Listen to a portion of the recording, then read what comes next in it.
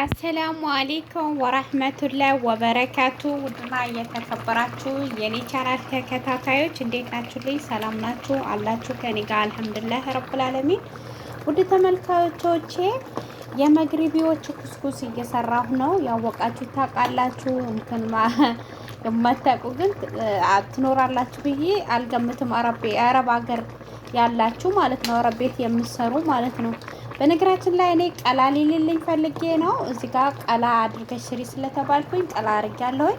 እዚህ ጋር ውዶችዬ በዚህ መረቅ ምን ሰራሁበት ብትሉ ይሄ ኩዳራቱን ጨምሬ መረቁ የስጋው መረቅ ያው ለኩዳራቱ እንትን ሊሰጠኝ ጣም ሊሰጠኝ ጥቅልል ጎመን፣ ኩሳ፣ ባድንጃን፣ ጋራ ምናምን አርጌ አንድ ላይ አበሰልኳቸው ማለት ነው። እዚህ ጋር ደግሞ ሾርባ ጥጃለሁ። እዚህ ጋር ደግሞ ስጋ ቀቅዬ የስጋውን መረቅ ደግሞ ይሄንን አርጌበታለሁኝ። እዚህ ጋር ደግሞ ኩስኩሱን ራሱ በቀይ መልኩ ነው ያደረኩት ማለት ነው። የመግሪቢዎች ኩስኩስ ይባላል ሀባይቢ። የምታውቁት ኖራላችሁ፣ አታውቁም ብዬ አልገምትም ማለት ነው። ይሄ ገበታቸው በራሱ ነው የሚበሉበት የሚያቀርቡበት ማለት ነው።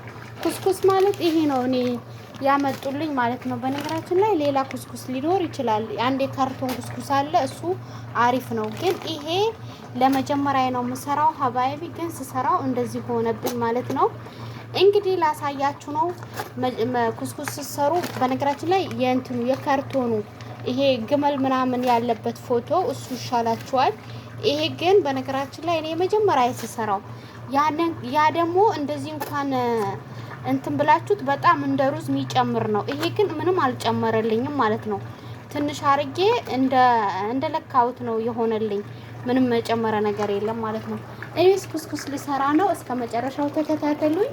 ይሄ በእንፋሎቱ ነው መጀመሪያ ከፈለጋችሁ ሳሙና ከፈለጋችሁ ዘይት አርጋችሁ ትንሽ ይሄ እንትን እስከሚደርስ ድረስ ታስቀምጡታላችሁ ማለት ነው። ትንሽ የውሃ ጨምራችሁ ሳሙና ይሄ ነው ማለት ነው። ከዛ እኔ ስጋዬን ቀቅዬ ስጋዬን የቀቀልኩበት ውሃ ይሄንን ኩዳራቴን አብስያለሁ ማለት ነው። ኩዳራቴ ያበሰልኩበቱ መረቁን ፈልጌው ነው። መረቁ ስለፈለኩት ለመረቁ ለእንትን ይሄ ኩዳራቱ ከሱ ጋር ስለሚበላ የስጋው መረቅ ጣም ይሰጠዋል ማለት ነው። ጣም ስለሚሰጠው አንድ ላይ አብስዬዋለሁ ማለት ነው። እዚህ ጋር መንፉፍ ማለት ጥቅልል ጎመን ነው፣ ካሮት ነው፣ ባድንጃን ነው፣ ኩዝበራ ጠቅዬ እንደዚህ በረጅሙ አርጌያለሁኝ። ግን እንትን የለኝም ቦግዶንስ ስለሌለኝ ነው ኩዝበራ ያደረኩት ማለት ነው። ጋራ አርጌያለሁ፣ ነጭ ጋራ፣ ድንች አርጌያለሁ። እዚህ ጋር ደግሞ እንደምታውቁት ሾርባ በእንትን ስሪ ተብዬ በስጋ ስሪ ተብዬ እየሰራሁ ነው እላችኋለሁ ውዶችዬ። ይሄን ነገር በነገራችን ላይ ሀባይቢ ምን ልላችሁ ፈልጌ ነው፣ ይሄንን ነገር አትግዙ።